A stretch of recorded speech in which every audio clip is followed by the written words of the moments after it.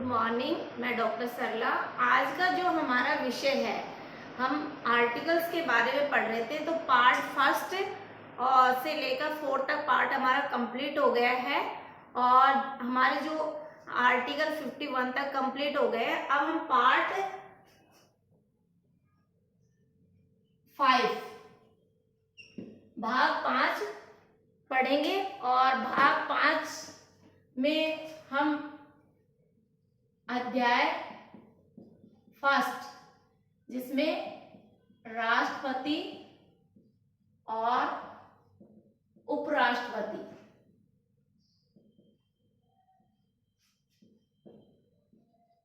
कार्यपालिका, बहुत ही अच्छा टॉपिक है।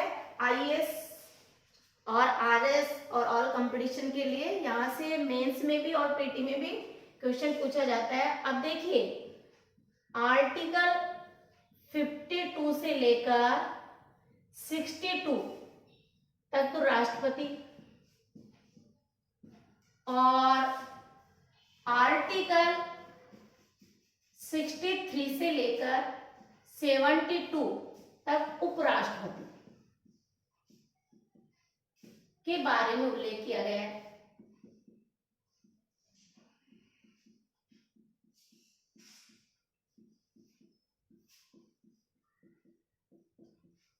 आपको कहीं कोई कंफ्यूजन नहीं होना है, केवल आपको ये ध्यान रखना है कि पार्ट 5 भाग 5 अध्याय फर्स्ट कार्यपालिका, जिसमें राष्ट्रपति और उपराष्ट्रपति का विवरण किया गया है, उनका उल्लेख किया गया है। आर्टिकल 52 से 62 राष्ट्रपति का और आर्टिकल 63 से 72 तक उपराष्ट्रपति का। अब देखिए, आर्टिकल 52 52 में भारत का एक राष्ट्रपति होगा, राष्ट्रपति होगा। 52 में क्या कहा गया है कि भारत का एक राष्ट्रपति होगा। अनुच्छेद 53 आर्टिकल 50 में कार्यपालिका शक्ति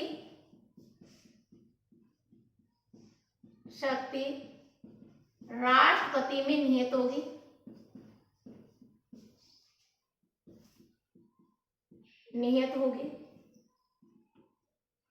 अनुच्छेद 54 राष्ट्रपति का निर्वाचन, राष्ट्रपति का निर्वाचन यानी संसद के दोनों सदन एवं राज्य की विधानसभाओं के निर्वाचित सदस्य एवं केंद्र शासित प्रदेश इसमें पार्टिसिपेट करते हैं, इनको वोट देते हैं राष्ट्रपति को। तो निर्वाचन में कौन कौन पार्टिसिपेट करते हैं? संसद के दोनों सदनों के निर्वाचित सदस्य एवं राज्य की विधानसभाओं के निर्वाचित सदस्य, दिल्ली और पांडिचेरी केंद्र शासित प्रदेश के निर्वाचित सदस्य इसमें वोट देते हैं राष्ट्रपति को। आर्टिकल 55 देखिए, यहाँ राष्ट्रपति निर्वाचन है, रटना नहीं है, यहाँ राष्ट्रपति की रीति है। राष्ट्रपति के निर्वाचन की रीति 54 55 तो ये कहीं उलझने की आवश्यकता नहीं है कि 54 में तो राष्ट्रपति निर्वाचन और 55 में राष्ट्रपति के निर्वाचन की रीति। अनुच्छेद आर्टिकल 56 राष्ट्रपति के पदावधि, राष्ट्रपति के पद की पदावधि यानी राष्ट्रपति का कार्यकाल कितने वर्ष का होता है? 5 वर्ष का। आर्टिकल 57 राष्ट्रपति पुनः बन सकता, पुनः निर्वाचन रखने की पात्रता, राष्ट्रपति का पुनः निर्वाचन यानी दोबारा भी वो राष्ट्रपति बन सकता है। इसका मतलब है दोबारा भी वो राष्ट्रपति बन सकता है।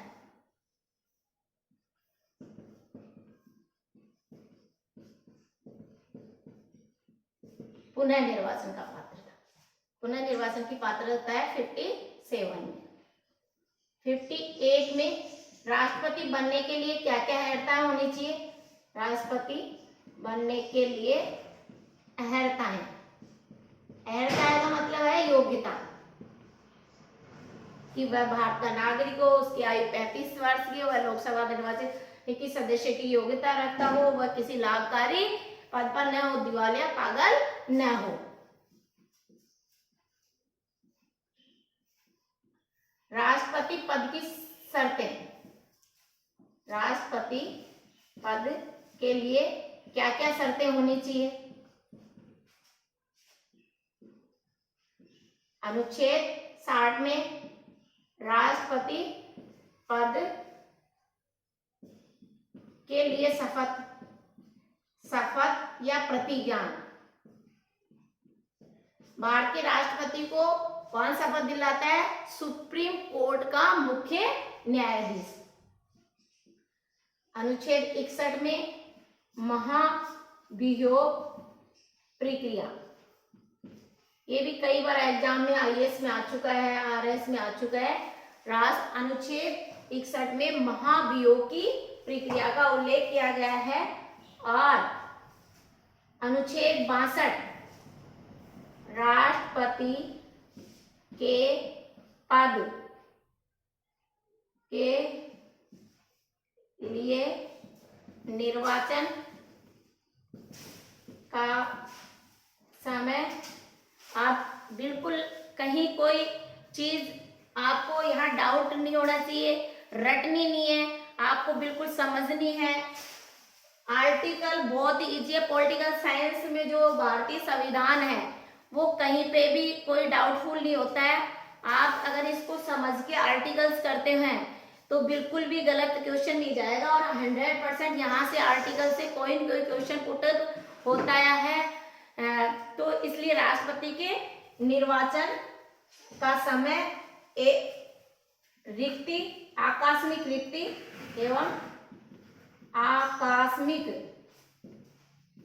रिक्ति, जो आकस्मिक रिक्ति को भरने के लिए, आकस्मिक रिक्ति को भरने के लिए ये आर्टिकल को समझना है, वेरी इंपॉर्टेंट है। ये कई बार पूछा गया है कि राष्ट्रपति के रिक्ति को भरने के लिए, राष्ट्रपति के पद की रिक्ति को भरने के लिए निर्वाचन करने का समय, आकस्मिक रिक्ति को भरने के लिए निर्वाचित व्यक्ति की पदावधि।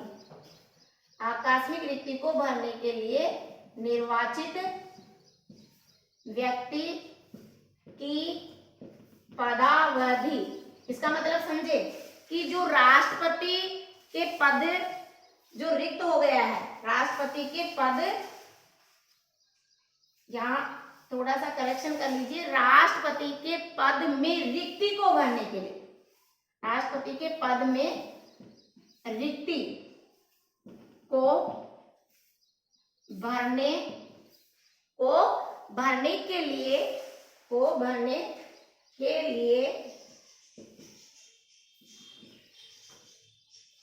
के लिए निर्वाचन का समय एवं आकस्मिक रिक्ति को भरने के लिए निर्वाचित व्यक्ति की पदावधि। वेरी मोस्ट सीधा सीधा पूछा जाता है कि राष्ट्रपति के पद में रिक्ति को भरने के लिए निर्वाचन का समय एवं आकस्मिक रिक्ति को आकस्मिक रिक्ति का मतलब समझे कि राष्ट्रपति पद रिक्त गया, मान लीजिए डेथ होगी या महाभियोग प्रक्रिया लगाकर उसको हटा दिया गया है, तो आकस्मिक रीति में वो पद खाली हो गया है राष्ट्रपति का, तो उसको भरने के लिए निर्वाचित व्यक्ति की, अब दूसरा व्यक्ति का चुनाव करवाना है, उसकी पदावधि क्या होगी? तो वो जब नया चुनाव होगा तो वो नया राष्ट्रपति बनाएगा गया नया, तो उसका कार्यकाल कितना वर्ष होगा? 5 वर्ष। ये नहीं कि 6 माह के लिए बना दिया, तो नए चुनाव निर्वाचित जहां आ जाता है निर्वाचित व्यक्ति, एक तो कार्यवाहक व्यक्ति होता है। मान लीजिए सडनली कोई, मान लीजिए राष्ट्रपति की डेथ हो गई, तो उस कंडीशन में वो आकस्मिक रिक्त पद हो गया, तो उस रिक्ति में क्या करेगा? उपराष्ट्रपति राष्ट्रपति के रूप में कार्य करेगा और समस्त जो उनको जो वेतन भत्ते हैं, लाभ है, वो राष्ट्रपति के अकॉर्डिंग वो उसको मिलेगा वेतन भत्ता रे। लेकिन यहाँ आर्टिकल 62 क्या कहता है कि राष्ट्रपति के पद में रिक्ति को भरने के लिए निर्वाचन करने का समय, अब आप राष्ट्रपति को पद को भरना है तो नए सिरे से अगर प्रक्रिया करेंगे तो वो 5 साल का होगा, और यदि कार्यवाहक बनाते हैं सडनली डेट होगी तो उसका लास्ट एग्जिट जो टाइम होता है वो 6 महीने के भीतर भीतर हम चुनाव करवाना आवश्यक होता है। यदि आपातकाल लग जाता है तो लास्ट आपातकाल भी 1 वर्ष का हो सकता है। ये चीज आपको अपने माइंड में सेट करनी है, क्योंकि कोई भी चीज है, कोई सा भी कॉन्सेप्ट है, सब्जेक्ट है, उसको रटिए मत, समझिए, और जितना आप समझ के लर्न करते हो वो कहीं न कहीं आप डेटा कहीं परफेक्ट की आवश्यकता नहीं रहेगी। जब मेंस में लिखेंगे तो कहीं पे भी आपका स्केलिंग नहीं होगा बल्कि स्कोरिंग होगा और आप डेटा टू डेटा आप आंसर लिख सकेंगे।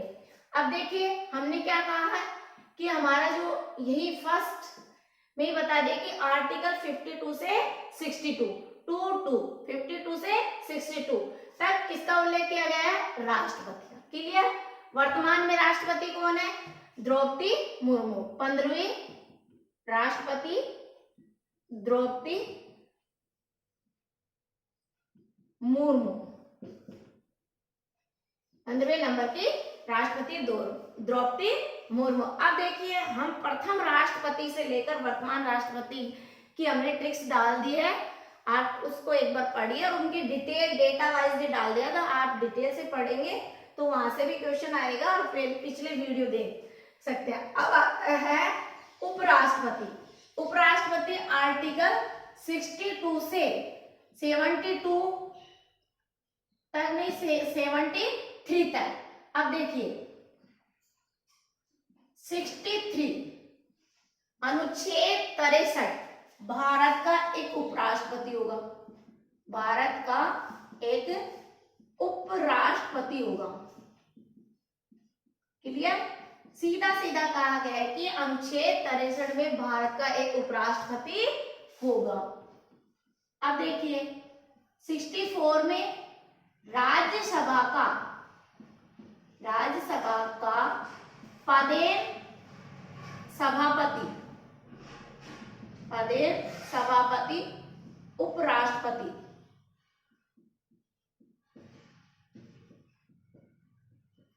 राज्यसभा एक स्थायी सदन है, वो कभी भंग नहीं होती है, उसके 1/3 सदस्य हर 2 वर्ष बाद में रिटायर हो जाते हैं और नए चुन लिए जाते हैं। तो ये क्लियर? अनुच्छेद 63 में भारत का एक उपराष्ट्रपति होगा, अनुच्छेद 64 में राज्यसभा का पदेन सभापति उपराष्ट्रपति होगा। अब देखिए अनुच्छेद 65 में ये जो आर्टिकल 65 है वो भी बहुत ही इंपॉर्टेंट है, क्योंकि कई दफे जो इससे क्वेश्चन पूछे गए हैं 65 में कुछ भी डिफरेंस नहीं है, केवल ये समझना है कि राष्ट्रपति के पद में आकस्मिक रिक्ति को, राष्ट्रपति के पद में आकस्मिक रिक्त का मतलब वही खाली होना के दौरान, आकस्मिक रिक्त के दौरान या उनकी अनुपस्थिति में उपराष्ट्रपति समस्त कार्यवाही का संचालन करेगा। भाई जो राष्ट्रपति का जो पद है आकस्मिकता की वजह से वो रिक्त हो गया है, खाली हो गया है, तो उसकी अनुपस्थिति में उपराष्ट्रपति राष्ट्रपति के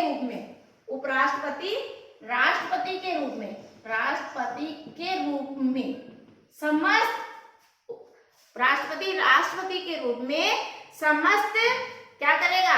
समस्त कार्यों का संचालन करेगा, समस्त कर्तव्यों का निर्वहन करेगा। क्लियर? संचालन करेगा, पॉलिटिकल भाषा में निर्वहन करेगा। हम पॉलिटिकल साइंस पढ़ रहे तो कोशिश करें कि यही शब्द यूज करें। क्लियर? ये भी वेरी मोस्ट आप इसको भी आ चुका है और कई बार आर्टिकल जो आ चुके हैं वो रिपीट होते हैं। तो आर्टिकल 65 अनुच्छेद 65 राष्ट्रपति के पद में आकस्मिक रिक्ति के दौरान या उनकी अनुपस्थिति में उपराष्ट्रपति राष्ट्रपति के रूप में कार्य करेगा, कार्यों का संचालन करेगा, निर्वहन करेगा। क्लियर? अब देखिए आर्टिकल 66 उपराष्ट्रपति का निर्वाचन। उपराष्ट्रपति का निर्वाचन। अब देखिए 67 आते ही आपके क्वेश्चन बार बार माइंड में है कि उपराष्ट्रपति का निर्वाचन में कौन कौन पार्टिसिपेट है। तो जो उपराष्ट्रपति का निर्वाचन है उसमें क्या होता है, संसद के दोनों सदनों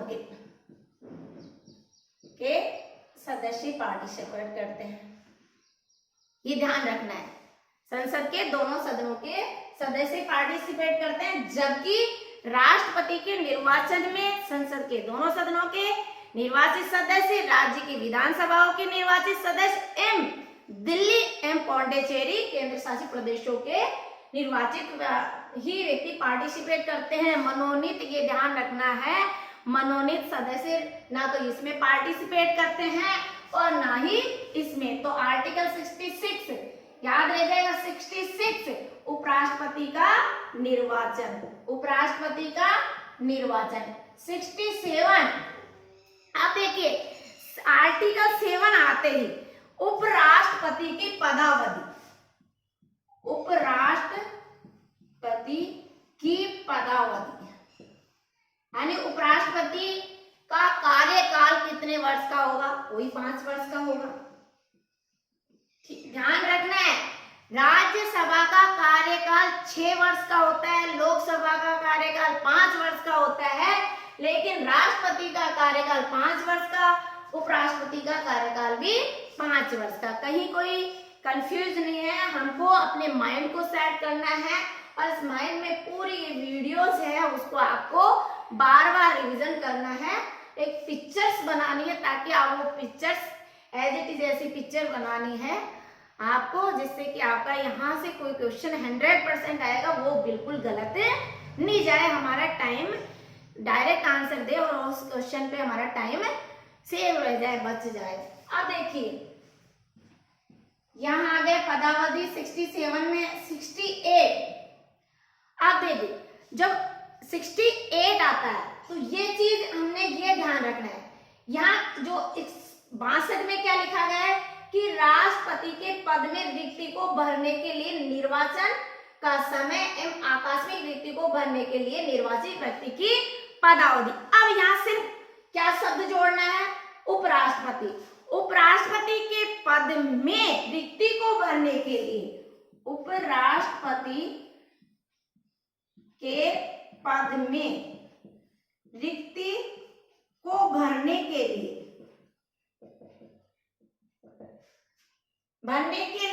निर्वाचन का समय केवल यहाँ राष्ट्रपति की जगह उपराष्ट्रपति शब्द जुड़ जाएगा, बाकी एज इट इज रहेगा। चयन करने का समय एवं आकस्मिक रिक्ति को भरने के लिए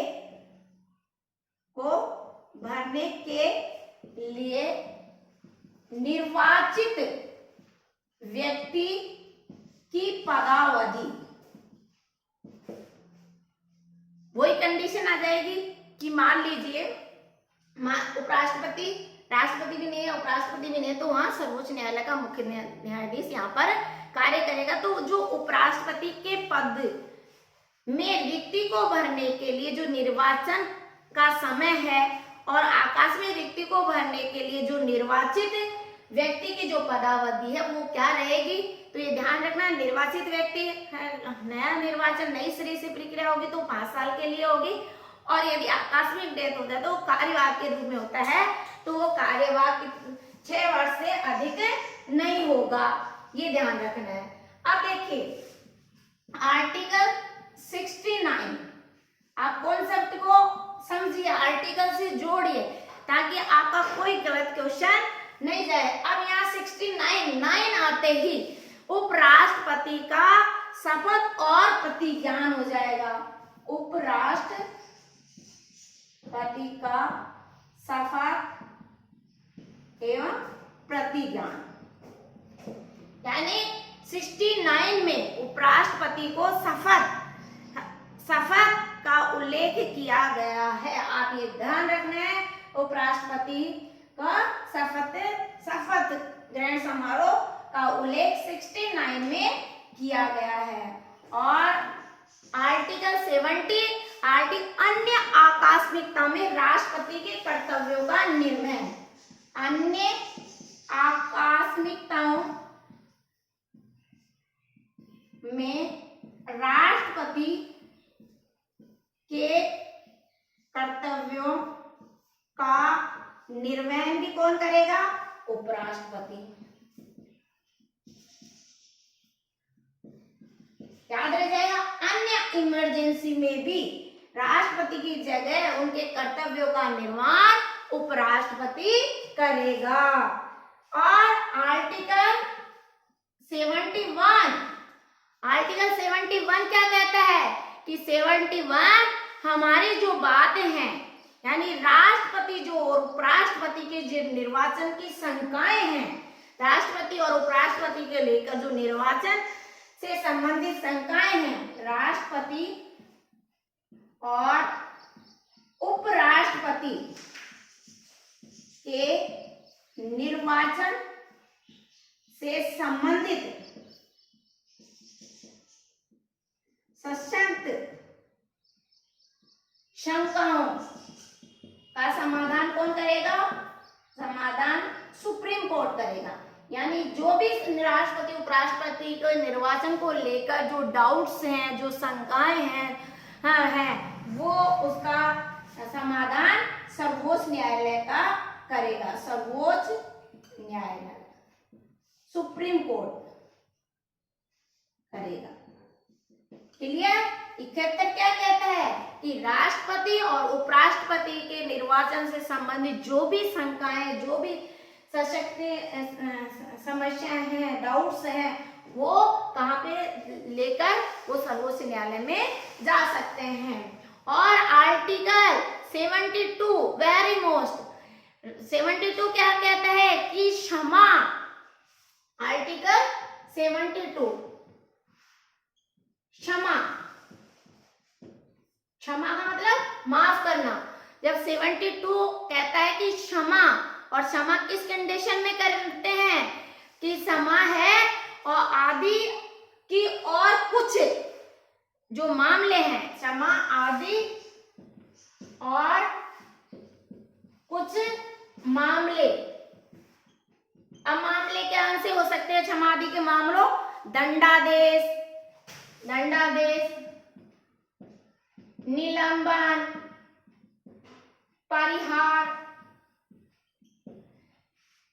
और किसी के मृत्यु दंड को माफ करने का पावर कौन रखता है? राष्ट्रपति के पास ही होता है।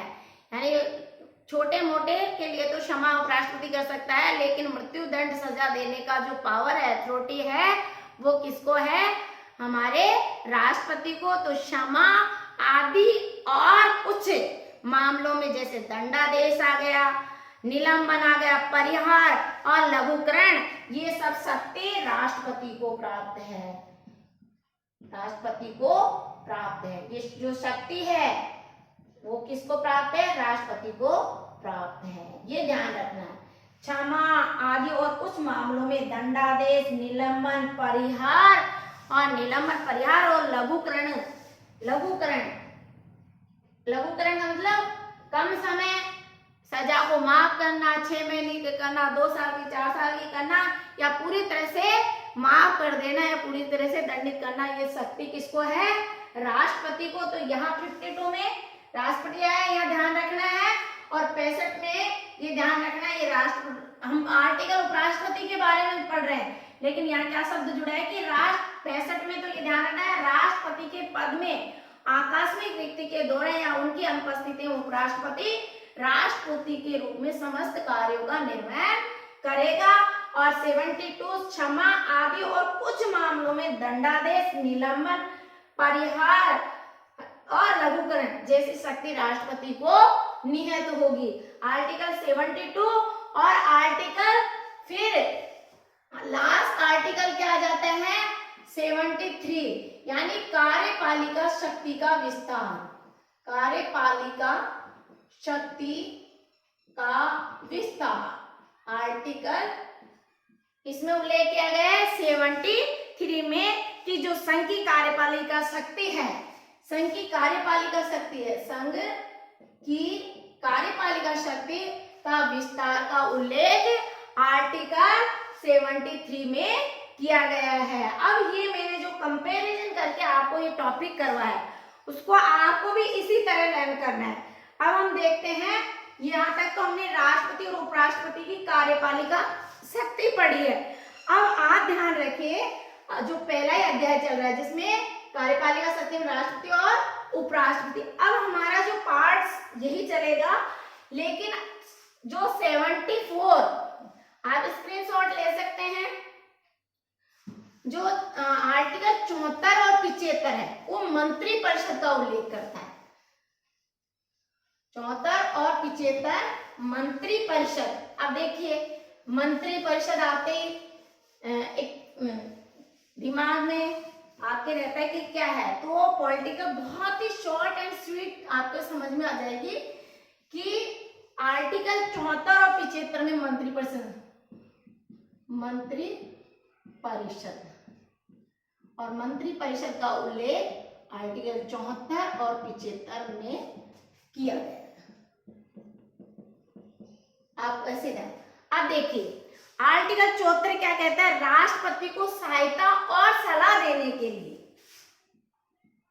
राष्ट्रपति को सहायता और सलाह देने के लिए एक मंत्री परिषद होगी जिसका प्रधान यानी मुखिया प्रधानमंत्री होगा।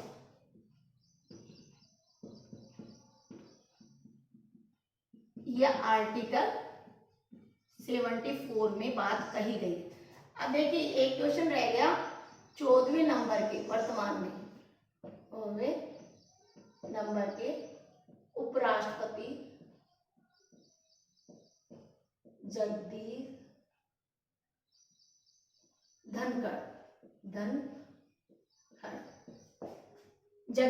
धनखड़ वर्तमान में जो उपराष्ट्रपति है, ये ध्यान रखना है। और उपराष्ट्रपति का आप चाहें फर्स्ट उपराष्ट्रपति से लेकर फर्स्ट डॉक्टर राधाकृष्णन थे, वर्तमान में जगदीप धनखड़ है। पहले जो हमारे भारत के राष्ट्रपति थे डॉक्टर राजेंद्र प्रसाद, वर्तमान में द्रौपदी मुर्मू है। तो अगर चाहें तो इनका वीडियो आप पिछले वीडियो देख सकते हैं, इसमें हमने पूरे डिटेल्स और शॉर्ट ट्रिक्स बना के डाला है। अब आर्टिकल 75 अन्य मंत्रियों के बारे में विवरण, अन्य मंत्रियों के बारे में, अन्य मंत्रियों के बारे में से मतलब है कि प्रधानमंत्री की नियुक्ति राष्ट्रपति के द्वारा की जाएगी और अन्य मंत्रियों की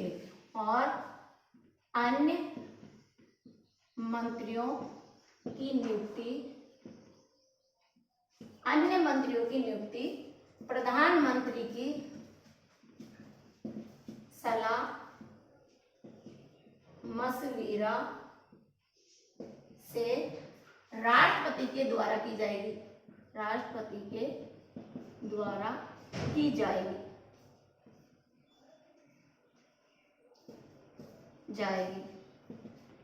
आर्टिकल 75।